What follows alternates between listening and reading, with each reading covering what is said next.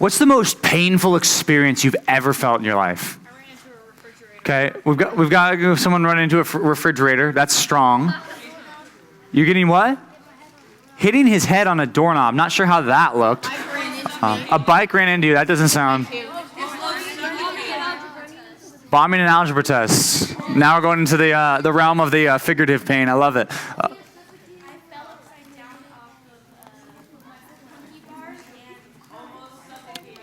Okay. Fell off monkey bars, hit your head, bit a hole through your tongue. That's, at this point, I think the grossest. I'll tell you something. I heard a story this week of a person who had something that was much more painful than your experience. I don't mean to, try to one-up you or anything, but this guy was just out of nowhere. He just started saying, John, this is a tough guy.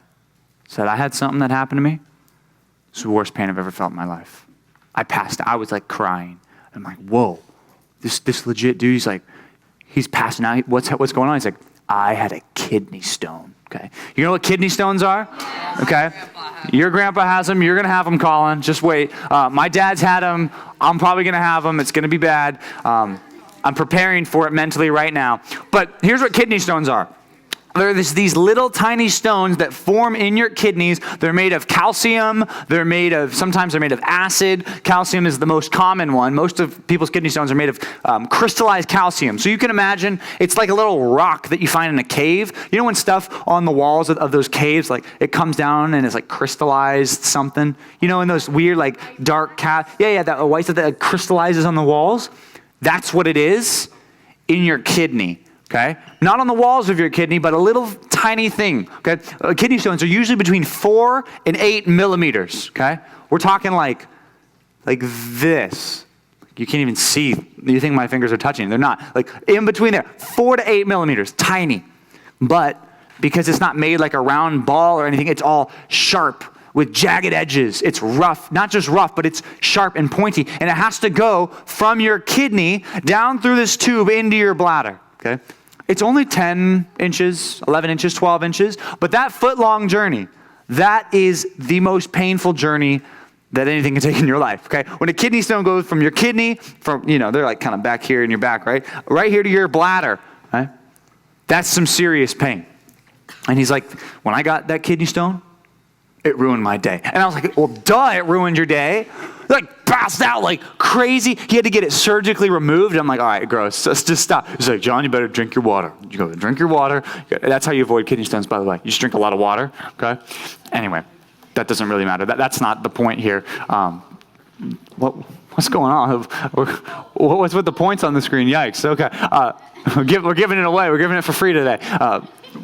Anyway, that kidney stone, right? It was causing so much pain. But it's so tiny, right? It's so small. And sometimes when they pass it, you look at it and it looks like a little pebble.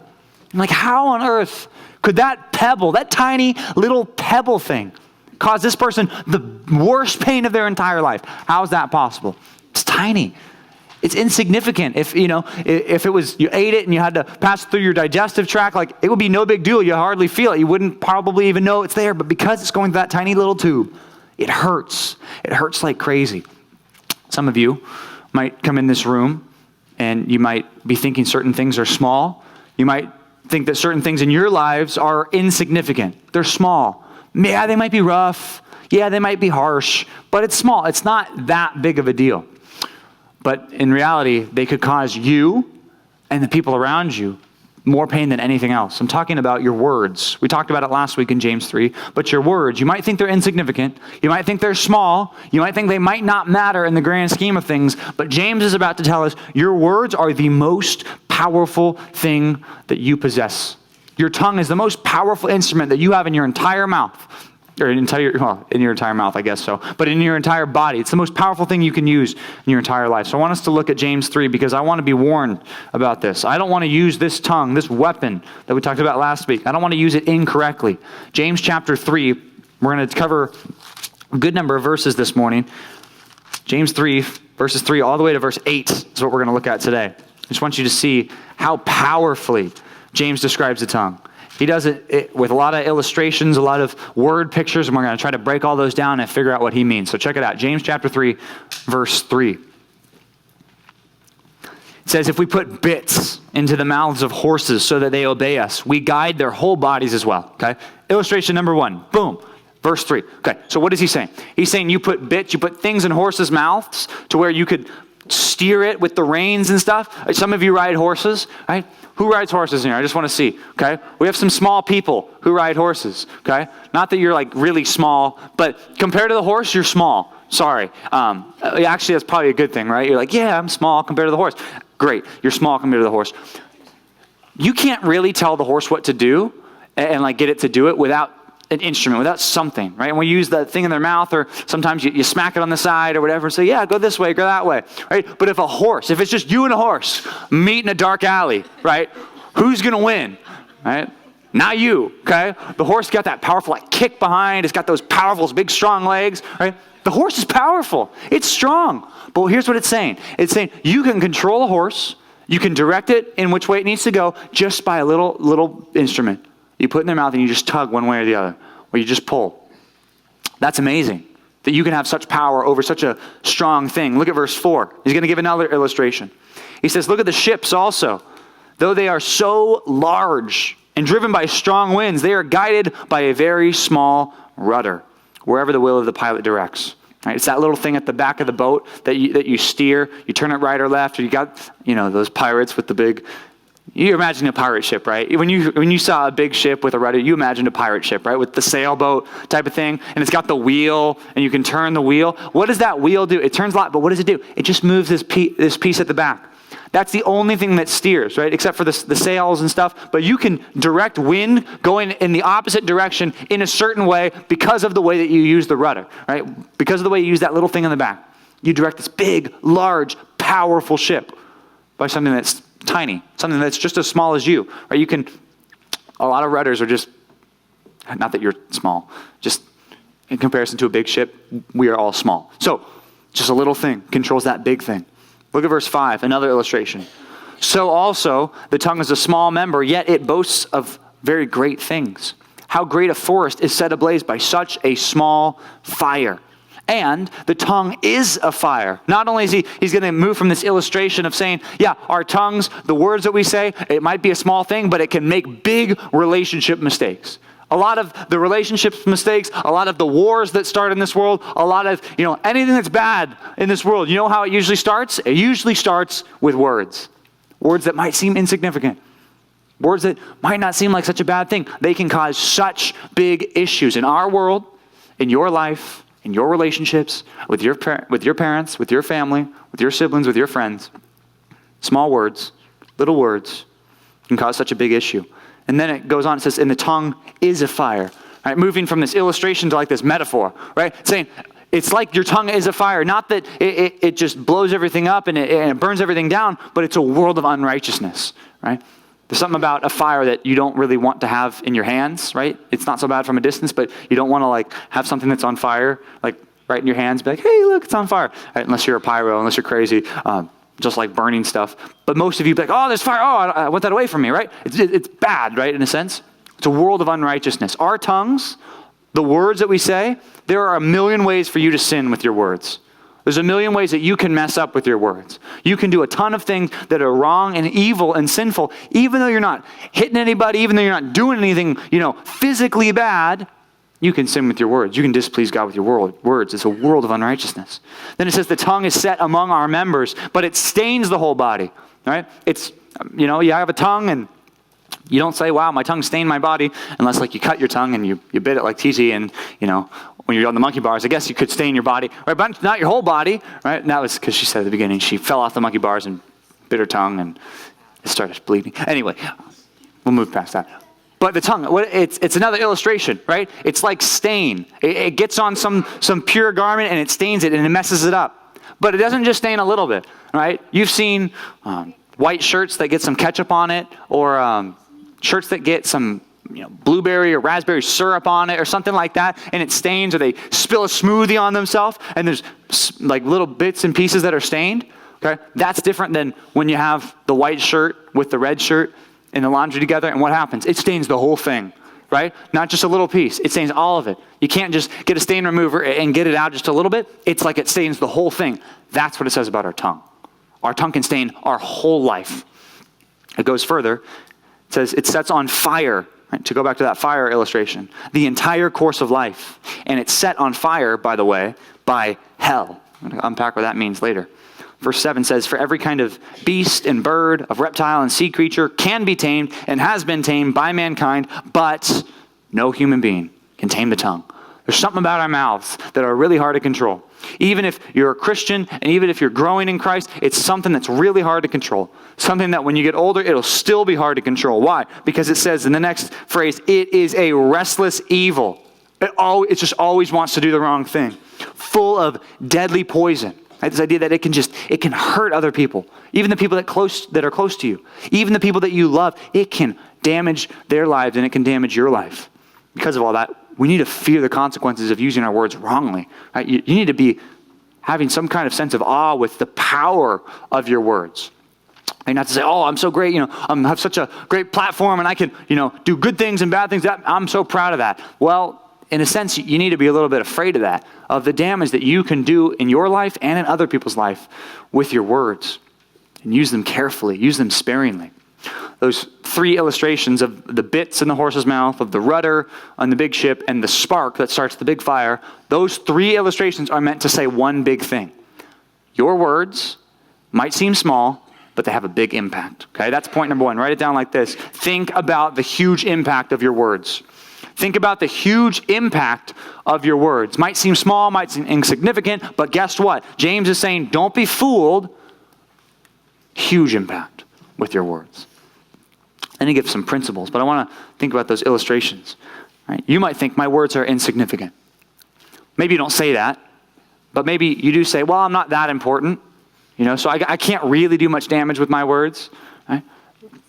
That's not true. There's people in your life who are right there that you can damage with your words. Your parents, your loved ones, your friends.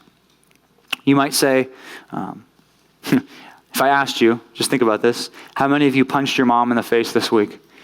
Okay, I hear, right? You're like, no, I would never do that, right? I see a lot of L-shaped amens like someone else did it, but I don't see many, yeah, I did that. Right? I hope you didn't punch your mom in the face this week, okay? I hope you didn't take a hammer and break your sibling's hand just for fun on a table this week, right? You probably didn't do that, okay? You'd be like, whoa, that person's messed up. To like, purposefully, right? Not just like it was a reaction, but like, I'm going to hurt this person physically. You think, wow, that might be bad, right? You might claim, oh, I wouldn't do that, okay? But maybe you have done that with your words this week. Maybe you have punched your mom, so to speak, in the face with your words, okay? And I know what you're thinking. Oh, well, words are different though. Words aren't that bad, right? Yeah. Well, James is saying, don't be fooled by that. Don't be fooled by thinking your words aren't a big deal. Your words are a big deal. Your words are the most powerful thing. It says it's the most powerful member in your whole body. More powerful than your fists. More powerful than your arms. More powerful than your legs is your tongue. More powerful. You can do more damage with your tongue than you can do with any other part. You might not have broken your sibling's hand with a hammer this week, but maybe you have broken their spirit by saying something really mean. Maybe you have broken their heart by saying something that just puts them down, something that props you up and puts them down. You have the power to do that with your words. Think about that. I mean, really consider that. I have the power to really hurt people in my life. That's not something you should say, great, well, let me go hurt people. No, absolutely not. That's the opposite of what I'm trying to say. I'm trying to say you need to fear that. You need to be careful. You might say, well, my words aren't that bad because I don't say them out loud. I just text them. I just put them online, right? It's not as bad. I didn't at least say it to their face. That can't be as powerful, right? That's ridiculous too. Words can hurt people, whether they're in person or over text or in a group chat or said behind people's back. I don't think that your words aren't that bad just because, I didn't say it to the person. Right? That's foolish. You know by experience that that's not true. Sometimes the words that hurt the most are the ones that people said behind your back. Some of you say, well, I might not use bad words. I might not use like profanity words, like words that'll get bleeped out. Right? Maybe I don't use those words, right? But I still say things maybe with a wrong tone. Maybe you say words that are fine and good if they were told honestly, but you say them sarcastically and you say them mockingly to your parents. You say, okay, right? Instead of saying, okay, right? You might say, well, I didn't say anything bad, right? But the way that you said it was, right? That's powerful too. Book of Proverbs, verse 18:21 says this. Proverbs 18:21. It says this: death and life are in the power of the tongue. Death and life. I think literally for a second. How many people in this world have been killed with words directly, right? Well, I guess not literally, because you can't kill someone with your words, right? Oh, but you can. Think about it. How many people have been killed in this? I mean, I know this is getting weird, but think about it. Throughout all human history, how many people have been killed because of a powerful person's word? Send that person away. That person's going to go to death, right? Tons of people, right? Think about the wars in our world that have been started simply because one person stood up and started saying something that was really bad and got people on their side and started wars, started world wars even. Right? How'd that start? With words. Right? A lot of words have done a lot of damage. Death and life is in the power of the tongue. You might not think, I don't have the platform of world leaders to start wars with my words. I can't do that. But you can start wars in your household. You can start wars in your friend groups simply by your words. I just want you to be careful about that. Death and life are in the power of the tongue. The second half of the verse says, and those who love it will eat of its fruits. Right? If you use your words correctly, guess what? It's going to be like you're producing fruit and you get to eat the good benefits of good relationships, because guess what? You use your words correctly. There's such a benefit in using your words rightly. So I don't want you to freak out and say, okay, my words have a huge impact, and then I just need to, I can't say anything ever, right? No, I'm not saying that. The Bible's not going to say that completely. It's going to say you should limit your words, but you should use your words for good. I just want you to think, instead of the impact that you've made, just think about for a second how you have been impacted by other people's words. Think about that. There's been people in your life who have said things that are really, really mean to you. People have called you stupid. People have called you a fool. People have called you dumb. People have called you ugly. People have called you fat. I don't know what you've been called that's really hurt you, but I know that that's you probably heard some really mean words in your life. And they've been directed at you. And you know the power. You could probably think of times where someone said something really harshly, and it really messed you up. And it really threw you off. And it really made you sad. Jesus said in Matthew 5, that by certain words that we say to people, that some people in this world will go to hell because of the words that they speak. Some people will be cast out of the presence of God for all of eternity simply on the basis of their evil and sinful words. Let me read it to you. Matthew 5:22. Jesus says, but I say to you, everyone who is angry with his brother will be liable to judgment. That means they deserve judgment. Whoever insults his brother will be liable to the council. Right? The council is this just Jewish thing that happened. And, it's like if you're angry and you insult your brother, it's like you have to stand before this big trial, these important people. He says it's like that. And then he goes further. He says, whoever says, you fool, which was, if you might use the word fool more loosely now, and it doesn't mean such an insult, but this word, raka, it was like a really bad word back in the day. And Jesus used it, and it was actually kind of provocative the way he used it. It's like, wow, can't believe Jesus used that word in his Sermon on the Mount. He used this word to say, if you're going to go around spreading these terrible words that are tearing people down, if you say that about people, it says you'll be liable, which means you deserve the hell of fire. I mean, think about that. Words are significant. They can hurt you. You've been hurt by them, and you have the power to hurt other people. But we don't think about that, right? Maybe someone said something really mean to you, and maybe you brought it up with them, and they said, I didn't know that was an issue. I'm so sorry. I didn't mean to hurt you by that. That's probably a good repentance situation. Right? So maybe you've said words to other people where it really hurt them, and you thought, I didn't mean to. I was just joking around. I didn't know. That was a mistake. I shouldn't have done that. Right? You've probably done that. I want you to think deeply about the huge impact of your words, to know the problem. He gives some principles here, 4 main principles he gives. First of all, he says, you think your words are small, but guess what? They're really big. It says that right at the beginning of verse 5. It says, so the tongue is a small member, yet it boasts of great things. It's the idea, it's small, but it's strong. It might seem insignificant, but guess what? It's really significant, especially when it hurts. He says another thing, he says, it's a fire, it's a world of unrighteousness. I mean, just think for a second of all the ways that you can sin with your mouth. You can cuss.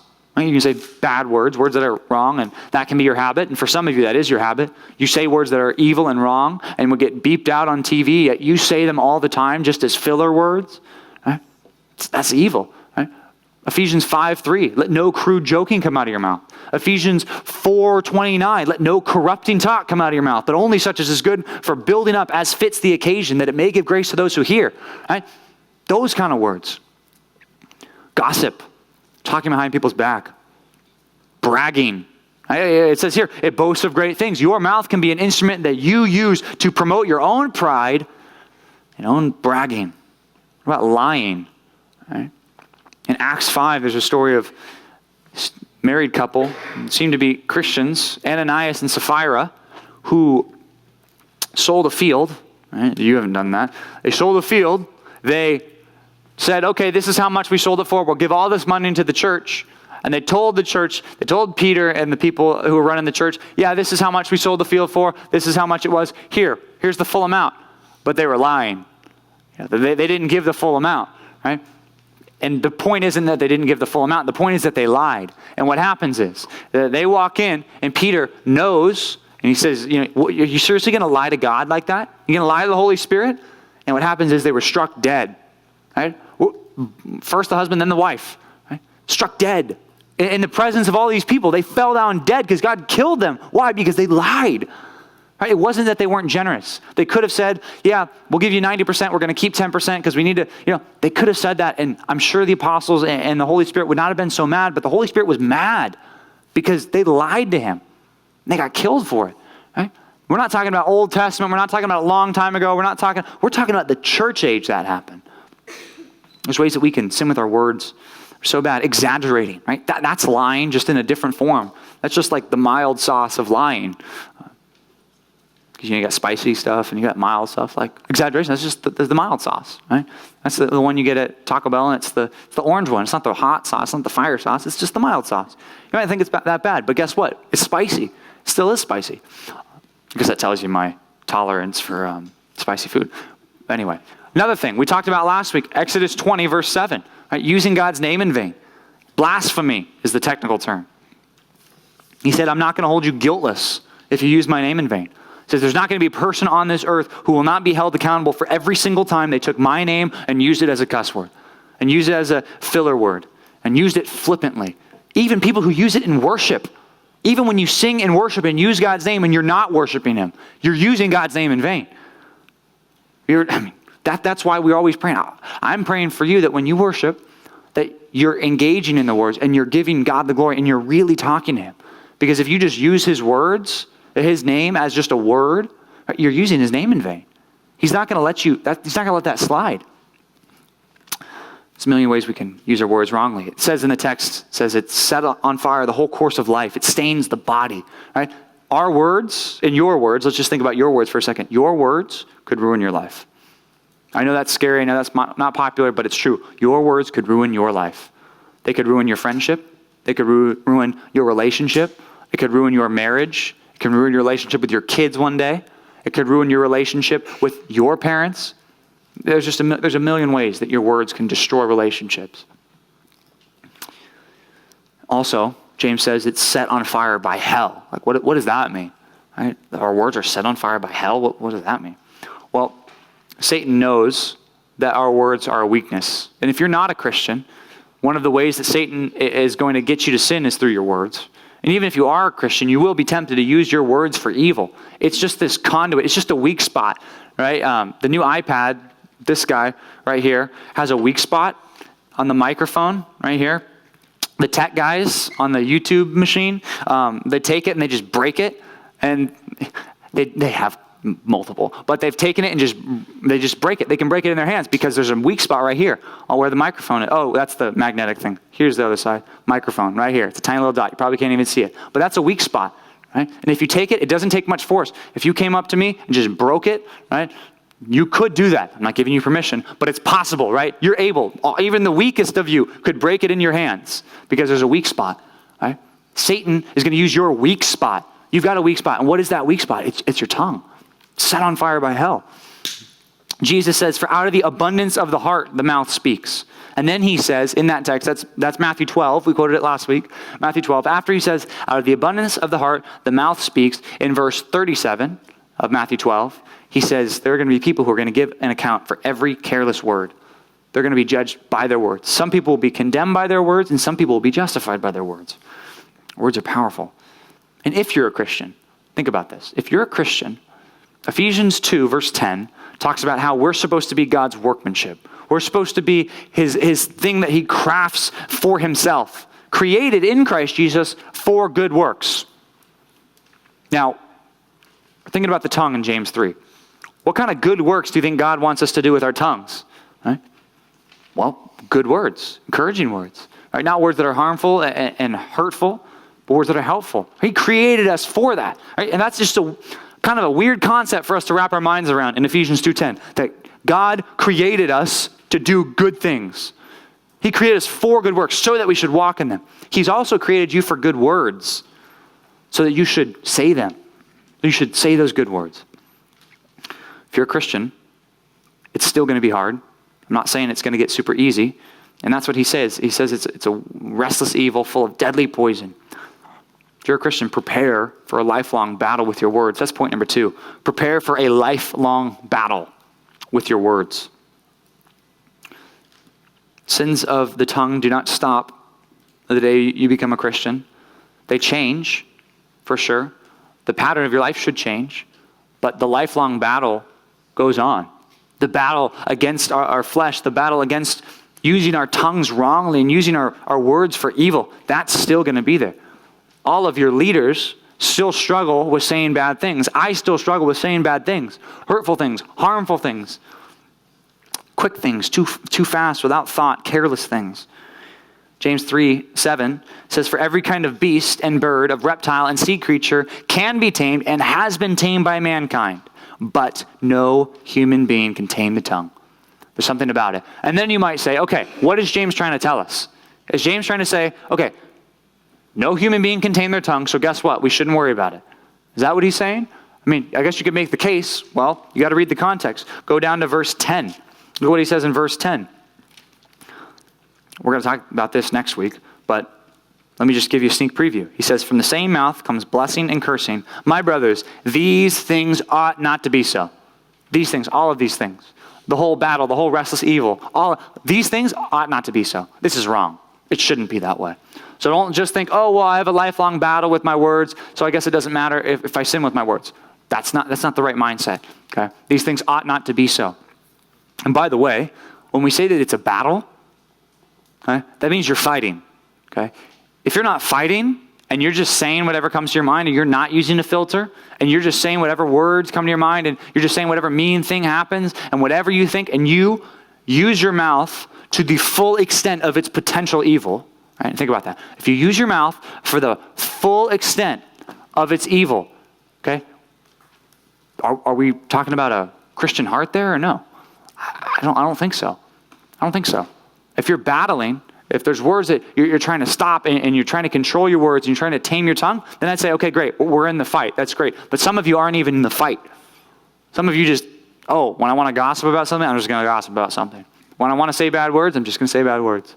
When friends at school are joking crudely, I'm just going to joke with them. And you don't even think twice about it. I just want to tell you, you're not even in the battle, if that's the case. You need to get in the battle. It says, tame the tongue. How do we do that, though? I don't want to leave you without direction on, okay, how do we start to do this? How do we start to control our mouth? If it's so dangerous and it's so damaging and it has the potential for such awful things, John, how do we control it? Okay. I think step number 1 is thinking before we speak. Okay, thinking before we speak. We've already said that in James chapter 1, verse 19. If you're in James 3, look at James 1:19.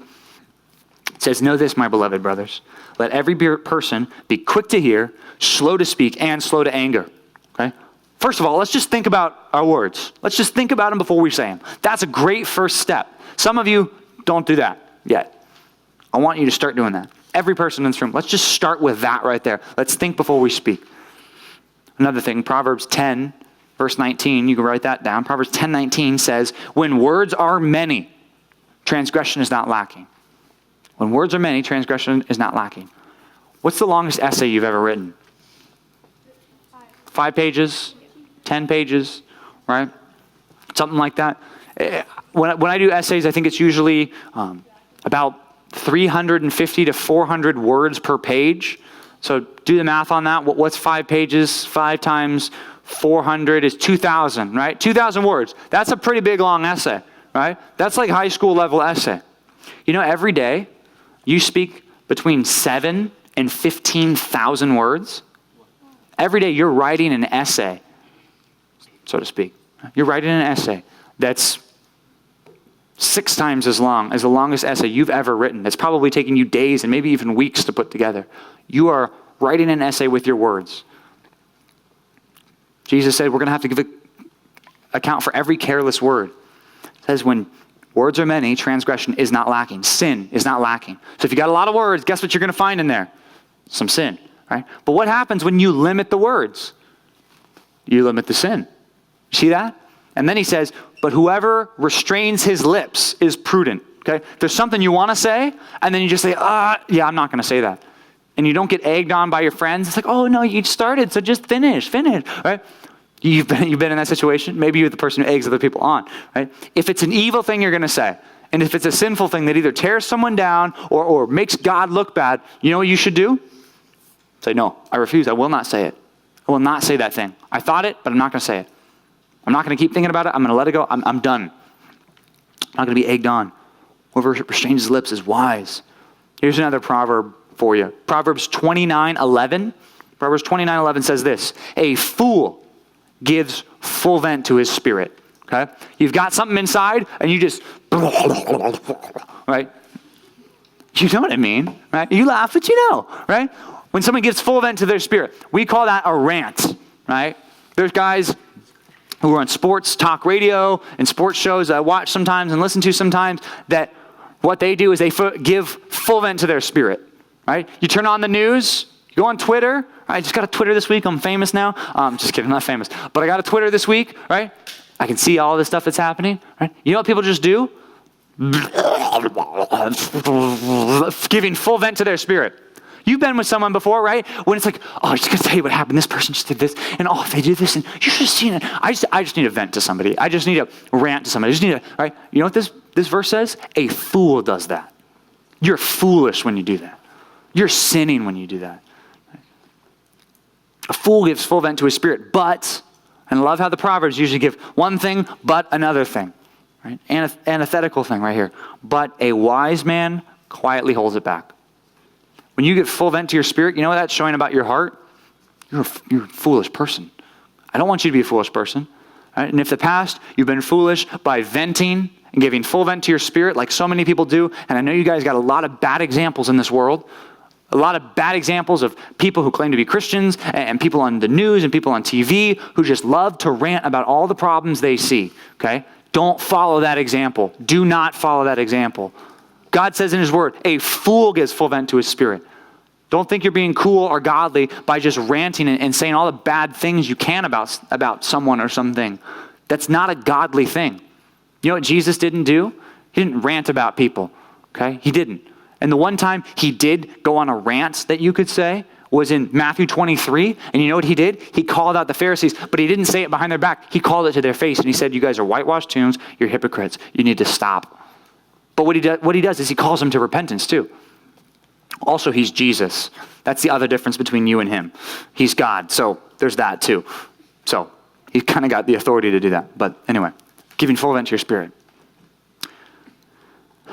James says, our words are a restless evil. I want to turn to a passage. I haven't turned you anywhere today. It's crazy. I don't know what I'm thinking. Proverbs chapter 15. I want us to look at this. It's kind of a big text. 4 verses I want to see here. So I want to look at it. Proverbs 15. You're turning left in your Bibles. It's in the Old Testament. Proverbs 15.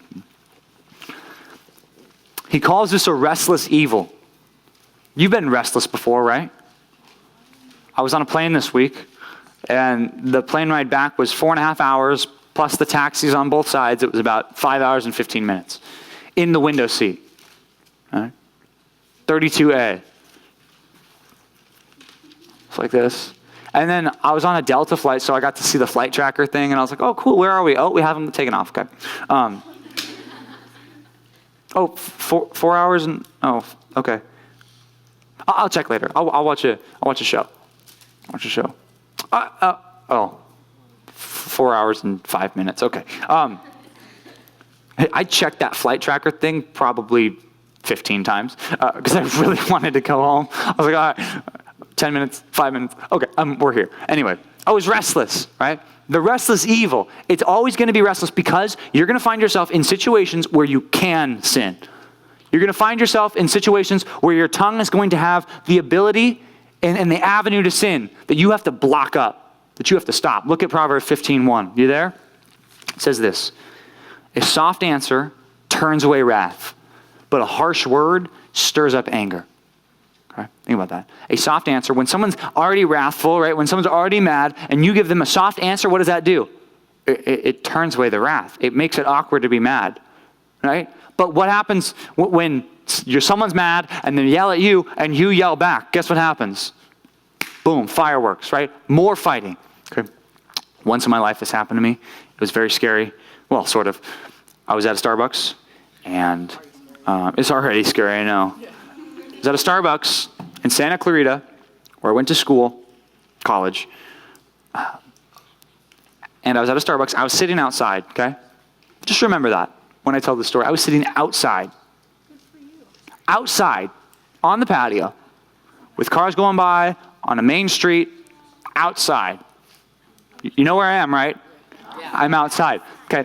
I had like a latte or something, and then I got a venti ice water, which is fun to say. Can I have a venti ice water? And they're like, okay. And it's free, and it's huge, and it's got a bunch of ice in it and water in it. And I was just about to leave. Okay. And I'm chewing my ice at this point because I like to chew ice. There's this dude who, it seemed like maybe he was homeless or something. He smelled really bad. He came up riding on a bike. I don't know what his deal was, but he smelled really bad, and he was kind of disheveled and not well taking care of himself. And he's sitting about 3 tables over. And when he shows up within like a 20-foot radius, I'm smelling him. So I'm like, oh, I should probably leave.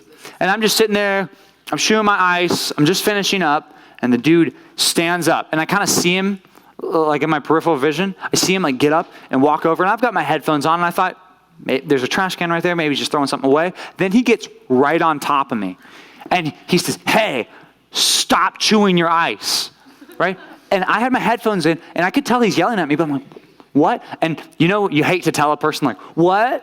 When they're like in your face mad at you. But I'm like, what? And then he gets super mad, and he pulls his arm back, and it looks like he takes this stance, like he's about ready to hit me. He's like, chill out with the ice, man. And he's like in this like fighting pose. And I thought, dude, this dude's going to take a swing. I am not exaggerating. I thought, this dude is going to take a swing, and I'm going to get in a fight with this homeless person, and I'm going to be on the news, and I'm going to get in trouble. And Pastor Lucas is not going to like this. And I'm like, that made me upset, okay? I'm outside. You smell bad. I'm chewing ice. We're outside by a major street. Don't tell me not to chew my ice, man. This is America. I can do that if I want to. Right? I mean, just the nerve of this guy. Right? And there's something about, I don't know, just being a guy that when someone squares up, it's like, all right, let's go. Right? Let's square up. You want to get mad? I will take you right now. But in an instant of self-control that came from the Holy Spirit, I could not have controlled myself. But I just totally flipped it on him. And I was like, oh, okay, I'm sorry, sir. And he was like, what? Yeah. I'm like, okay, I won't do it again. I'm sorry. I'll throw it away right now. And it was super out of character for me. I don't know why I did. I'm glad God kept me back from getting in a fight that day. But it was just the weirdest thing. But what did it do? It was a soft answer. What did it do? It turned away this dude's wrath. It was too awkward to be mad, right? It was too awkward for him to be mad at, right? When you're mad at somebody, right? And well, let's not say you. But when someone's mad at someone else, it's usually they're up and they're ready for something to happen, right? This guy was ready for something to happen. But when I didn't give him anything that he wanted, it was too awkward for him to stay mad at me, right? Some of you complain that you don't get along with your parents or that your parents are mean or they're overbearing. But if you just gave a soft answer, you know what it would do to their wrath? turn it away, right? Sometimes that's what your friends need to do to you. They turn away your wrath by just giving you a soft answer. Verse 2, you're in Proverbs 15. It says, the tongue of the wise commends knowledge. Right? If you're a wise person, guess what your mouth is going to always be doing? Saying good things and commending, right? Propping up other people's good things, not tearing other people's good things down. It says, but the mouth of fools pours out folly, right? Fool gives full vent to his spirit. Verse 3, the eyes of the Lord are in every place. Does God have eyes? No. Okay. So, sorry. No, he doesn't. That's just a figure of speech of saying he's always seeing everything. Guess what else is in every place? The ears of the Lord, so to speak. Right? God hears everything. He sees everything. They're in every place, keeping watch on the evil and the good. Verse 4 says, a gentle tongue is a tree of life, but perverseness in it, that means crookedness in it, backwardsness in it, messed up things in your mouth breaks the spirit. You can break people's spirit just because the words that you say are wrong. James also says that the tongue is full of deadly poison. The tongue is full of deadly poison. Think of Proverbs 12:18. You can write that reference down. Proverbs 12:18 says, there are one whose rash words, that means quick words, thoughtless words, careless words, are like sword thrusts. Right? You might not have punched your mom in the face this week, and that's great. Good job, gold star. But guess what? Maybe some of you did this. Used a rash word, said something mean and insulting and bad and rude and disrespectful, and it was like a sword thrust. It hurt your mom more than a punch in the face would have. It says, but the tongue of the wise brings healing, right? It's the opposite, right? What do sword thrusts do, right? They hurt. You've probably never been thrust through with a sword. I haven't, right? But here's my guess. It probably hurts, right? But the tongue of the righteous, the tongue of the wise brings healing. Think about this. Some of you struggle with gossip. Some of you have been victims of other people's gossip. Listen to Proverbs 26:20. It says, for lack of wood, the fire goes out. And where there is no whisperer, quarreling ceases. Right? When there's not a, oh, did you hear it? Oh, this person did this. Oh, they did this. And you know the idea, right? When people just whisper about the stuff like that. And, oh, this person, she said that she liked me, but then she went and said that I wasn't, and whatever, fill in the blank with your situation, right? You've been there. You've seen this, right? A whisperer. Here's what it says. Where there is no whisperer, quarreling ceases. When you stop gossiping, guess what happens? Fights stop. Relationship problems stop. Verse 21 says, as charcoal to hot embers and wood to fire, so is the quarrelsome man to kindling strife. What does that mean? It means just like the charcoal that you put in the barbecue that you light on fire and creates the flame, just like that, that's what whisperers are, and whispers and gossip is to fighting. Right? It starts these fights. The next verse, the words of the whisperer are like delicious morsels. They go down into the inner parts of the body. That's why when people gossip, you're like, oh, what did she say? What did he do? What was that? What? Oh, that's why it's so desirous, right? You see it, it's like, oh, I want to know about that. I want to be interested in that. Right? It's wrong. Proverbs 16:28 says, a dishonest man spreads strife, fighting, relationship fights. And a whisperer separates close friends. You want your friendships to be ruined? Here's what you should do. You should gossip. Okay? Don't do that. The assumption is that you don't want your friendships ruined. Don't ruin your friendships by gossiping, because a lot of you could, and a lot of you are on the verge of doing it. There is gossip happening, I know, in probably some of your friend groups, and you're whispering about it, and you're talking about it, and you're spreading rumors, and you're spreading lies sometimes, and sometimes you're just spreading the truth, right? But it's gossip, and it's wrong. It's a whisper, and you're going to separate those close friends. This one might be the hardest of all. Proverbs 17, verse 9. It's a good verse for you to write down and memorize. Proverbs 17:9 says, whoever covers an offense seeks love. If there's something that someone else does to you that's wrong or bad, if you just cover that offense and say, I'm not going to repeat it, guess what that means you're doing? You're seeking love with that person. You're trying to be loving. But he who repeats a matter separates close friends. Right? Does that say he who makes up a story about someone that's not true separates close friends? No. Just you repeating something that happened that you shouldn't repeat, and it's not helpful for you to repeat, and it's not good for you to repeat. You will separate your friend group because of your words. See the power there. Be careful. It's a restless evil. It's deadly poison. You can hurt people. I hope there are people in your life that you love. I hope there's people that you care about. You say, I'd never want to thrust them through with a sword. I'd never want to stab them. I'd never want to punch them in the face with my words. I'd never want to do that, right? But with your words, sometimes you do. What's even scarier, perhaps, is the fact that some of you do these bad things and you say these bad words about and to other Christians. Proverbs 15:3, what does it say? You're still there. The eyes of the Lord are in every place, keeping watch on the evil and the good. God knows every bad word that you've said about his kids. You realize that? I mean, just think about that. God knows every bad word that you've said about his kids. He's not okay with that.